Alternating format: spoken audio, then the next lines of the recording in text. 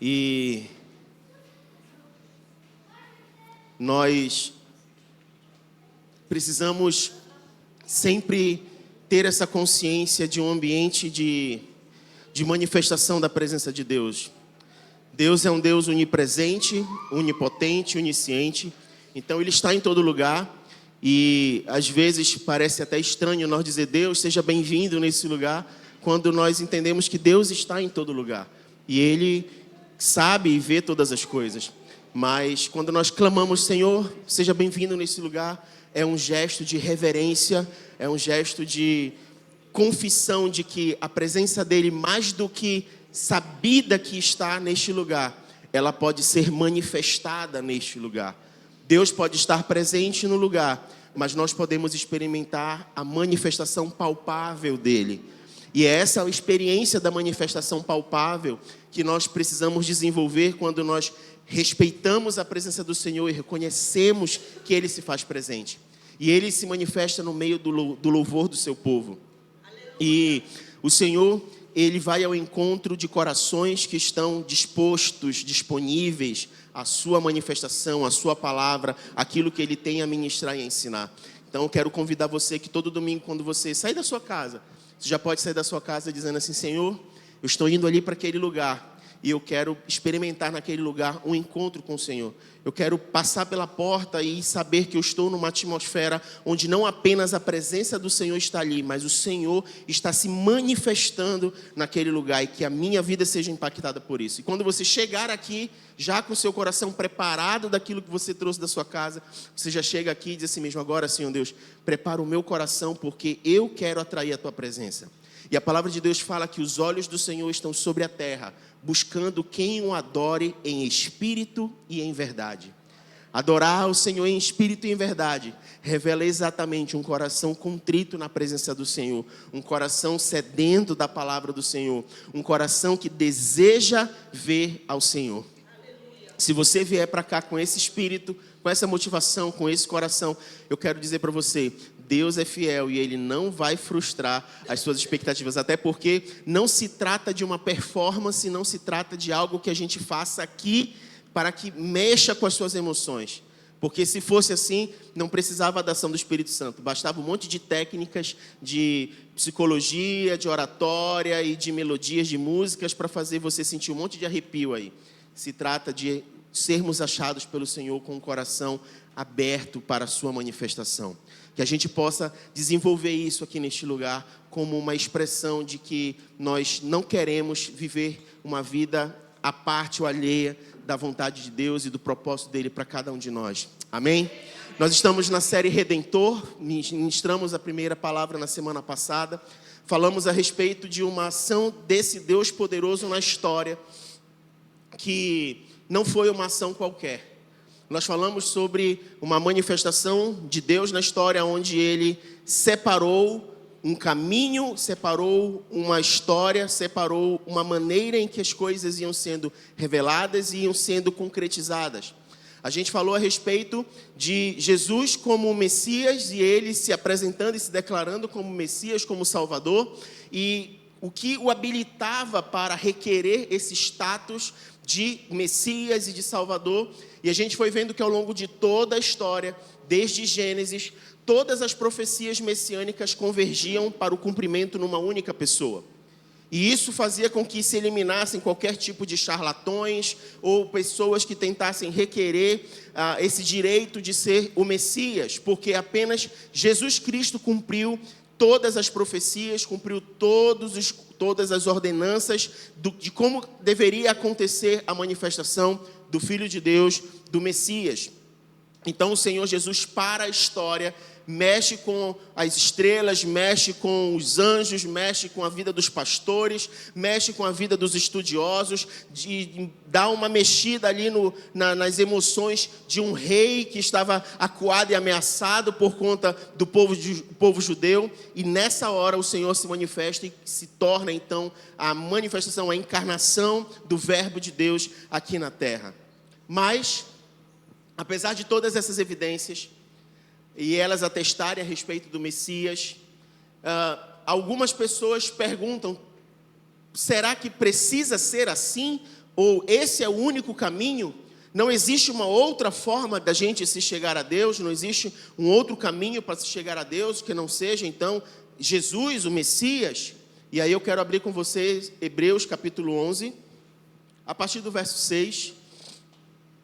Hebreus 11 fala sobre a fé, e lá no verso 6 tem uma declaração muito poderosa. Em verdade, sem fé é impossível agradar a Deus.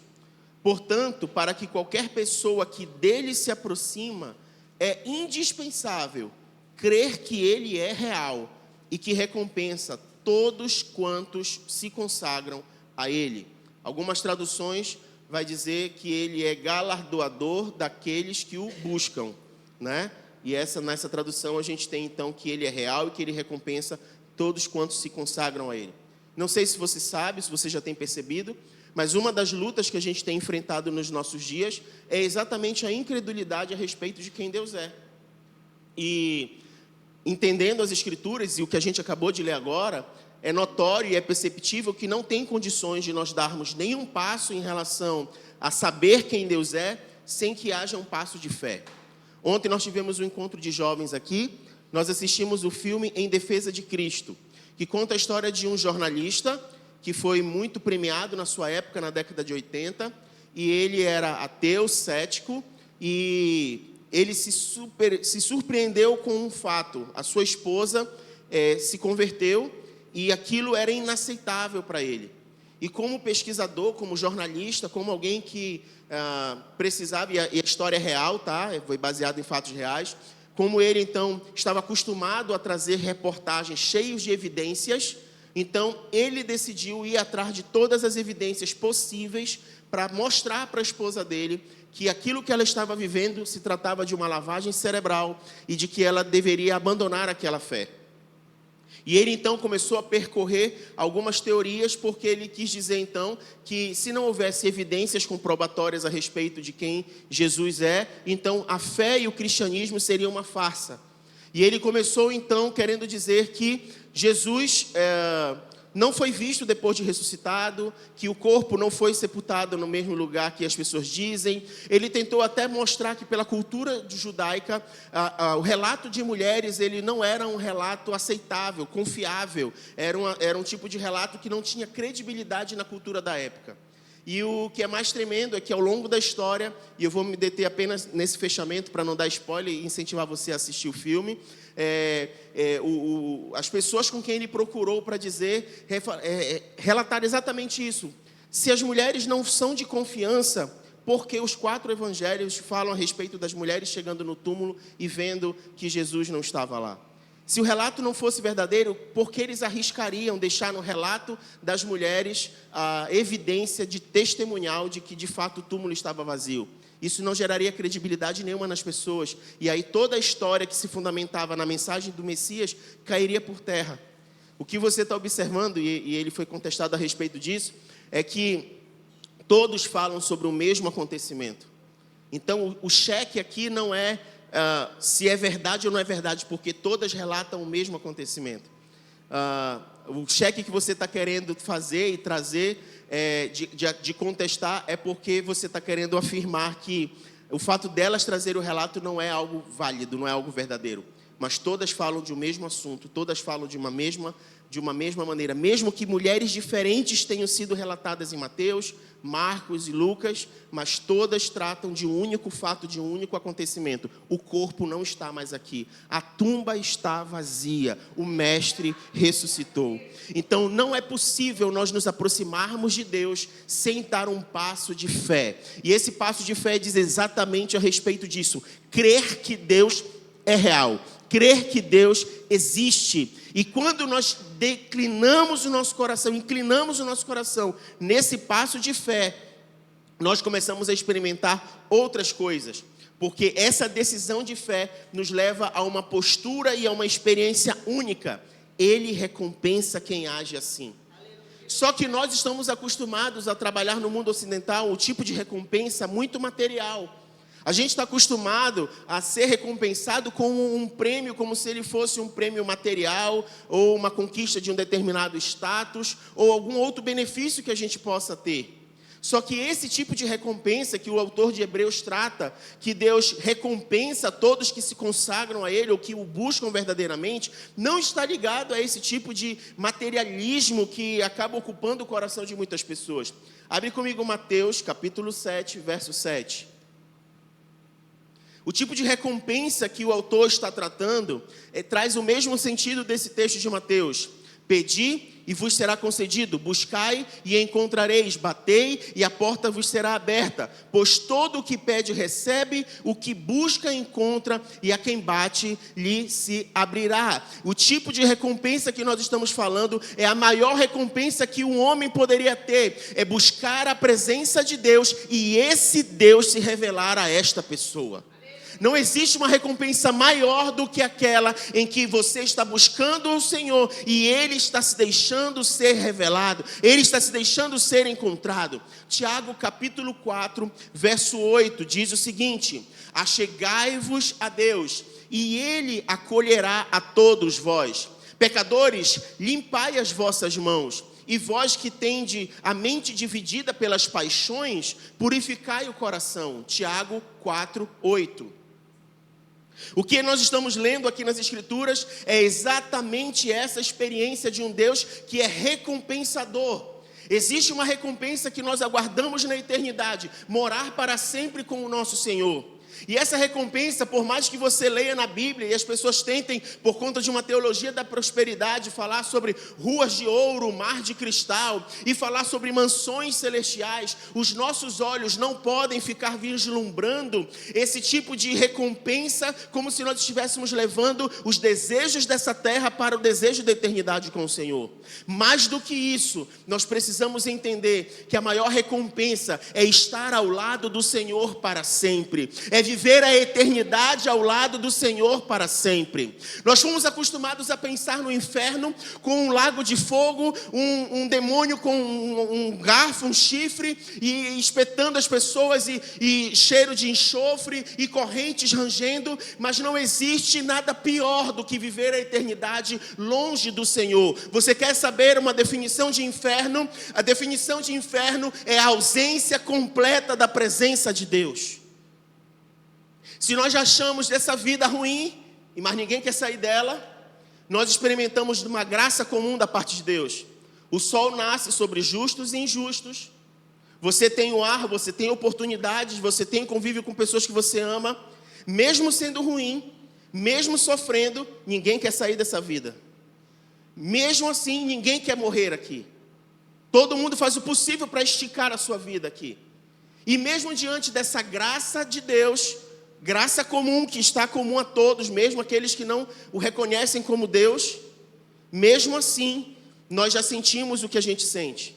Agora você imagina um ambiente onde existe a ausência completa de Deus, onde a graça comum dele não é mais manifestada, onde a graça salvadora dele não é manifestada, onde a bondade e a misericórdia dele não é manifestada. Isso é o inferno. Isso é o inferno. Então qual é a maior recompensa? Não é saber se eu vou ter uma mansão com 2, 3 andares, duplex, se na frente, se no quintal da minha mansão eu vou ter um lago de cristal. Não é isso, não se trata disso. Se trata de chegar lá e permanecer eternamente na presença do Senhor.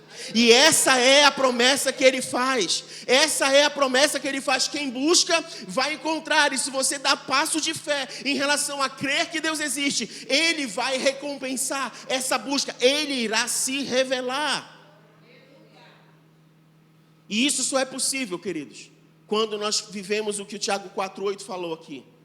Nós precisamos limpar as nossas mãos e os nossos corações. Nós precisamos colocar o nosso coração reto diante da presença do Senhor. Deixar de ter essa mente dividida pelas paixões que existem nessa vida. Purificar a nossa vida e o nosso coração. Esse Deus único que se revela àqueles que o buscam, Ele tem os seus próprios desígnios. Abre comigo Romanos 11:33. Esse Deus único, Ele tem os seus desígnios. Ó profundidade da riqueza, da sabedoria e do conhecimento de Deus. Quão insondáveis são os teus juízos e quão inescrutáveis os teus caminhos. Pois quem conheceu a mente do Senhor? quem se tornou seu conselheiro, quem primeiro lhe deu alguma coisa para que ele recompense. Portanto, dele, por ele e para ele são todas as coisas. A ele seja a glória perpetuamente. Amém. Isso é a revelação da soberania de Deus e da autoridade de Deus. E talvez o que eu fale agora, o que eu vou afirmar agora, mexa com a tua religiosidade. E talvez chegue no teu coração com um certo desconforto. Mas esse Deus que é soberano, esse Deus que é poderoso, esse Deus que nenhuma mente humana pode ser seu conselheiro, pode lhe dar conselhos, esse Deus, ele não nos deve satisfação alguma sobre o seu querer e a sua vontade. Esse Deus, ele não nos deve satisfação alguma sobre o seu querer e a sua vontade. Uma coisa é ele revelar a sua vontade por conta de uma construção de intimidade, de uma caminhada com ele, de confiança, de fé, de reciprocidade, de amizade.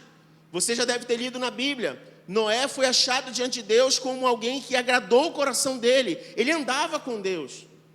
Abraão, personagens bíblicos que tiveram a sua fé reafirmada pelo próprio Senhor. Qual foi o resultado disso? Ele revelou o desejo do seu coração para essas pessoas. Ele separou essas pessoas para o cumprimento de um propósito, onde ele mesmo manifestou qual era a sua vontade e qual era o seu querer. Então, uma coisa é eu querer saber algo de Deus como se ele tivesse a obrigação de me dizer, como se ele tivesse que me dar explicações para me convencer do seu propósito, da sua vontade, do seu querer, como se eu precisasse saber disso para eu me contentar em viver a sua vontade, ou compreender o seu querer e a sua vontade. Outra coisa é eu caminhar com o Senhor e experimentar o privilégio de Ele revelar o coração dEle para o meu coração. Amós capítulo 3, verso 7.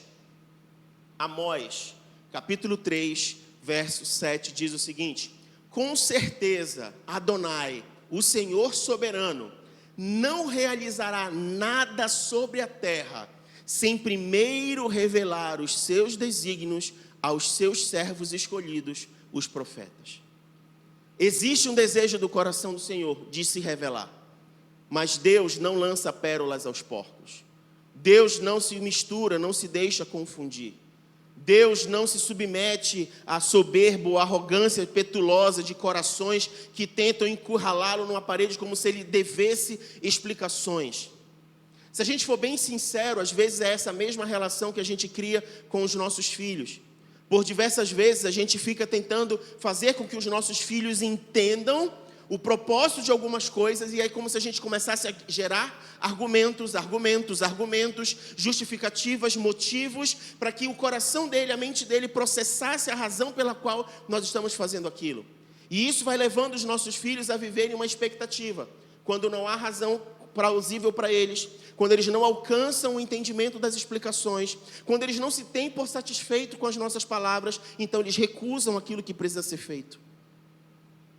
Nós mesmos reproduzimos isso, e a gente acaba refletindo isso no nosso relacionamento com Deus. Mas sabe o que bastava? Bastava uma palavra do Senhor, porque Ele é o nosso Deus. Bastava a gente confiar, Ele sabe o que é melhor para nós. Bastava a gente estabelecer essa conexão, inclusive com os nossos filhos. Meu filho, você sabe que eu amo você. Eu não farei nada que te destrua, não farei nada que te magoe, porque a minha atitude está pautada no amor, no zelo e no cuidado sobre a sua vida. Isso te basta.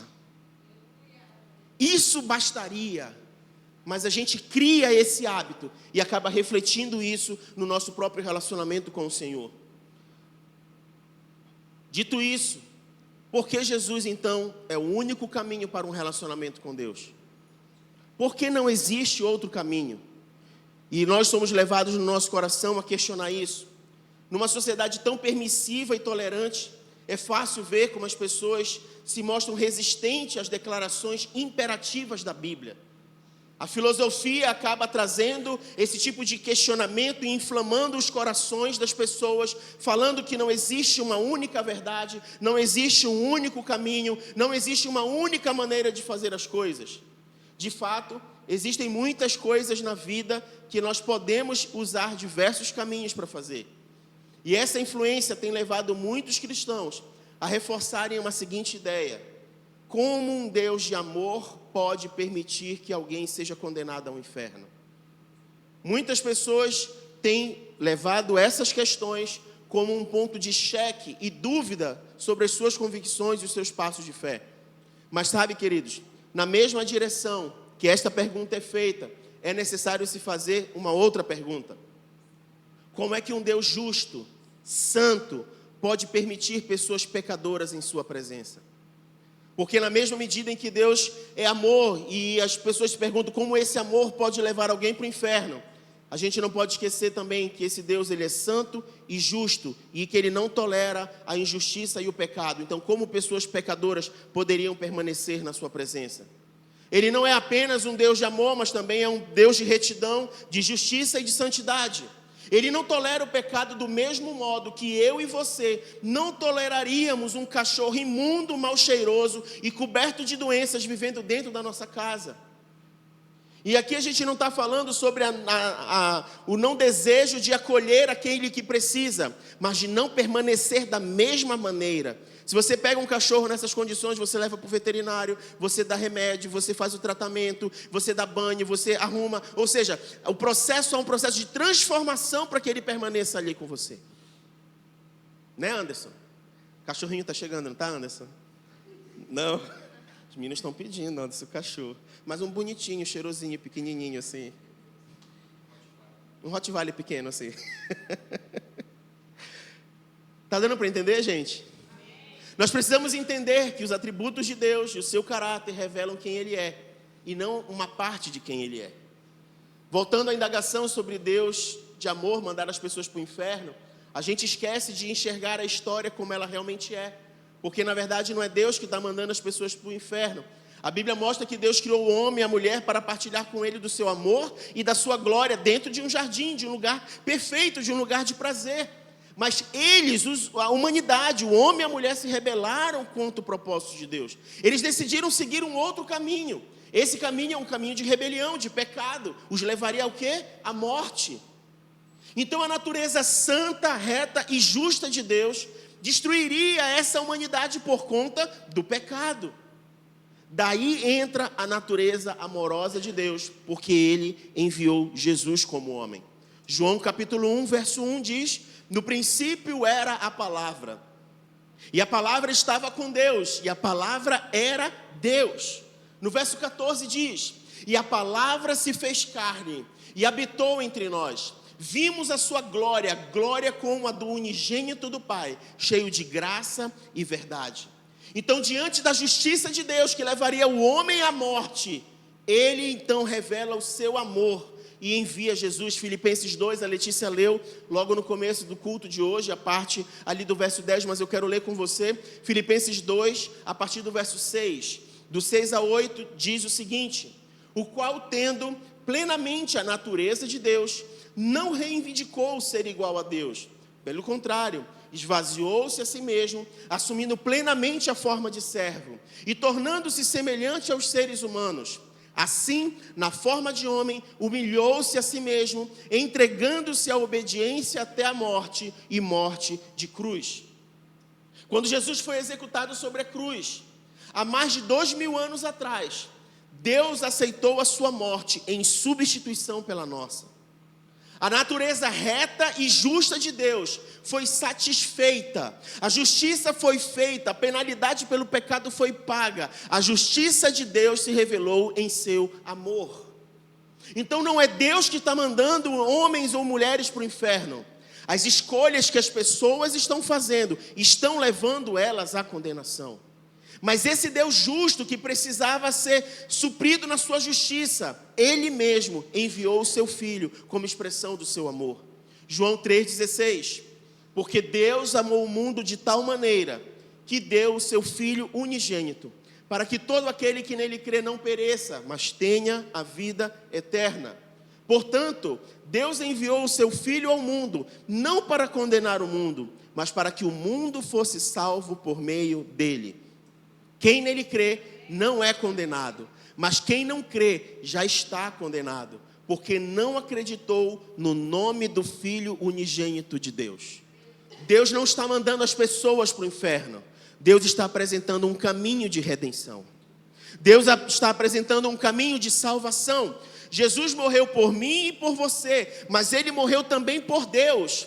Como assim Ele morreu por Deus? Algo precisava ser suprido sobre a justiça de Deus, e Jesus morreu para cumprimento deste propósito. Abre comigo Romanos capítulo 3, verso 25.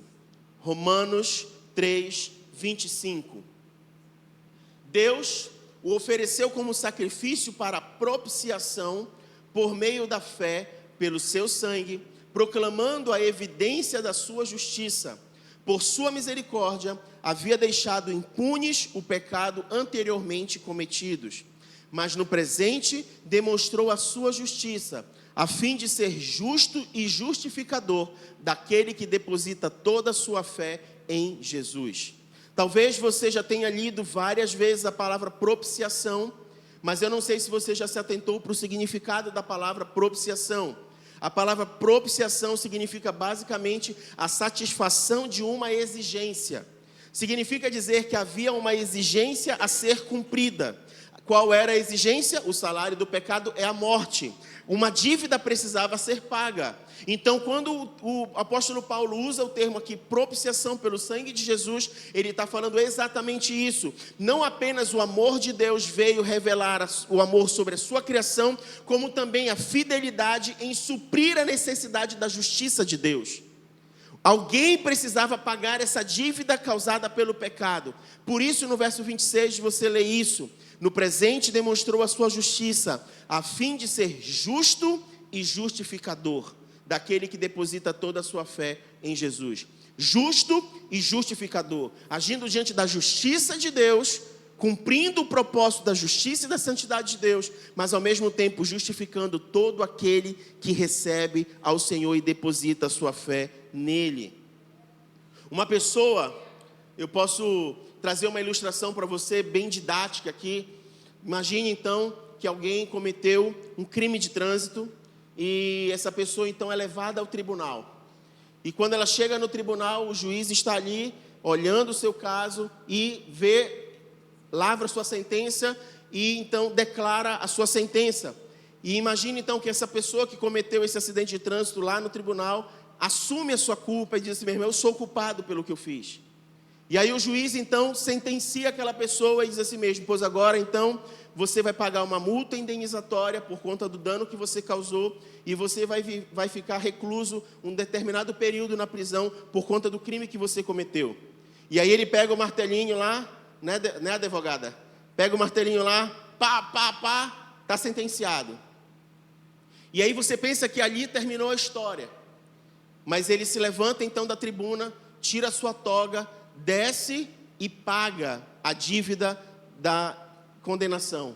Paga a dívida dos prejuízos causados por conta do acidente. E por que um juiz faria isso? Porque ele é o pai daquele que foi condenado. Imagina então, enquanto juiz ele precisava ser justo. Enquanto juiz ele precisava cumprir a justiça. Enquanto juiz ele não poderia deixar que o seu coração de pai o impedisse de ser justo diante das pessoas e diante dos fatos. Seria muito fácil se ele chegasse: olha, por conta que você é meu filho então, e você cometeu esse crime, eu estou perdoando você, pode virar as costas e ir embora. E todas as outras pessoas olhando aquilo, vendo assim: mas isso é injusto, ele tem que pagar pelos crimes que ele cometeu, pelo crime que ele fez, isso é injusto. Então, é esse mesmo exemplo que a gente pode utilizar para as nossas vidas. O Senhor, sendo o juiz, vendo o fato daquilo que aconteceu, Ele age com justiça. Há condenação para aqueles que cometeram pecado. E aí Ele tira a sua toga, Ele tira a sua veste de glória, como Jesus fez. Ele deixou a sua glória. E Ele diz: agora eu vim pagar a dívida no seu lugar. É esse Deus justo, é esse juiz justo que age assim em nosso lugar. O perdão, ele sempre vai ter um preço. E foi o que Deus fez por nós. Ele nos perdoou, mas ao mesmo tempo que Ele pagou o preço desse perdão na cruz, Ele também nos chama a uma responsabilidade. Por isso não é possível pagar o preço desta dívida apenas vivendo uma vida boa. E essa é a grande mentira que Satanás tenta incutir na mente das pessoas. Bastando elas viverem uma vida se afastando de coisas erradas, sendo honestas nos seus negócios, vivendo a sua vida numa boa, como se isso fosse suficiente para garantir a eternidade ao lado de Deus. Na verdade, isso não é possível, porque só existe uma forma de se chegar a Deus. Não é possível outro caminho para se chegar a Deus, apenas o caminho em Cristo Jesus.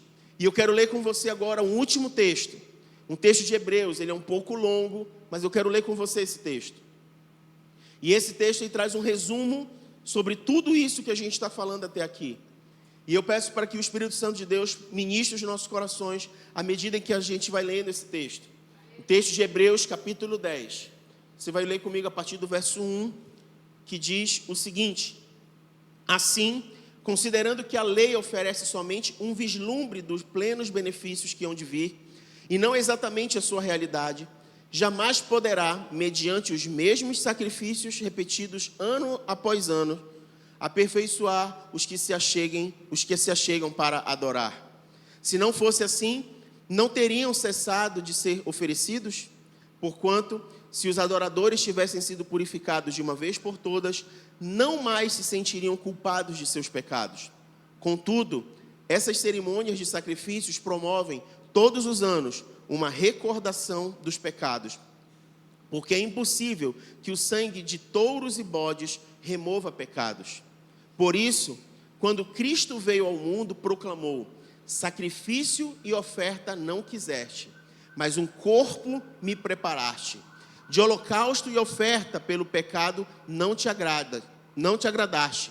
Então eu disse: aqui estou, no livro está escrito ao meu respeito: vim para fazer a tua vontade, ó Deus. Havendo declarado em primeiro lugar sacrifícios, ofertas, holocaustos e ofertas pelo pecado não quiseste, tampouco dele te agradaste, os quais foram realizados conforme a lei. Então completou: aqui estou, vim para fazer a tua vontade. E assim ele cancela o primeiro padrão para estabelecer o segundo. E por essa determinação fomos santificados por meio da oferta do corpo de Jesus Cristo, feita de uma vez por todas. Ora, todo sacerdote se apresenta dia após dia para exercer seus deveres religiosos, que nunca podem remover os pecados. Jesus, no entanto, havendo oferecido para sempre um único sacrifício pelos pecados, assentou-se à direita de Deus, aguardando daí em diante até que os seus inimigos sejam submetidos por estrado dos seus pés. Porquanto, com uma única oferta, aperfeiçoou por toda a eternidade todos quantos estão sendo santificados. E disso, igualmente, nos dá testemunho o Espírito Santo, porquanto, após ter declarado: esta é a aliança que farei com eles, depois daqueles dias, diz o Senhor, colocarei as minhas leis no âmago do seu coração e as inscreverei profundamente em sua mente. Conclui: dos seus pecados e iniquidades nunca mais me permitirei recordar. Afinal, onde todas as transgressões foram perdoadas, não existe mais qualquer necessidade de oferta de sacrifício pelo pecado. Sendo assim, irmãos, temos plena confiança para entrar no Santo dos Santos, mediante o sangue de Jesus, por um novo e vivo caminho que Ele nos descortinou por intermédio do véu, isto é, do seu próprio corpo, e tendo um magnífico sacerdote sobre a casa de Deus. Portanto, acheguemo-nos a Deus com um coração sincero e com absoluta certeza de fé, tendo os corações aspergidos para nos purificar de uma consciência culpada e os nossos corpos lavados com água pura.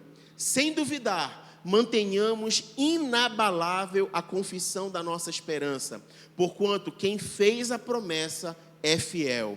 E consideremos uns aos outros para nos encorajarmos às manifestações de amor fraternal e às boas obras.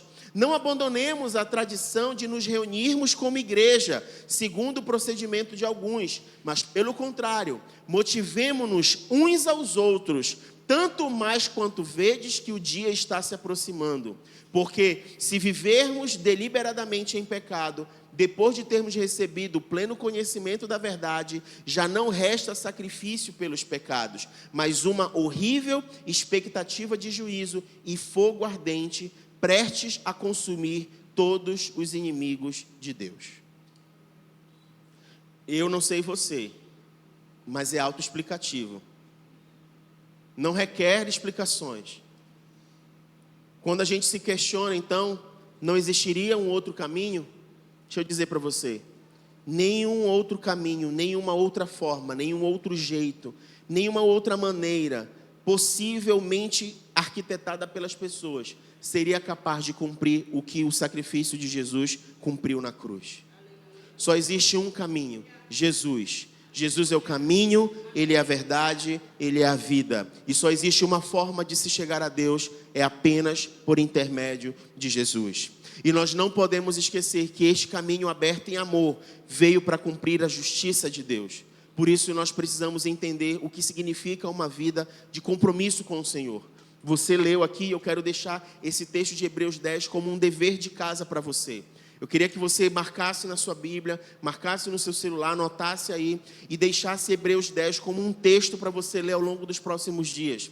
E você não precisa, faz a leitura total do texto, mas se você quiser depois, faz meditação fragmentada dele. Lê de 5, 6 versículos, medita nesses versículos, no dia seguinte medita nos outros, mas fecha toda a tua semana agora que antecede esse nosso período de Páscoa, meditando a respeito desse texto de Hebreus. E eu queria convidar você a se colocar de pé para nós orarmos a respeito disso.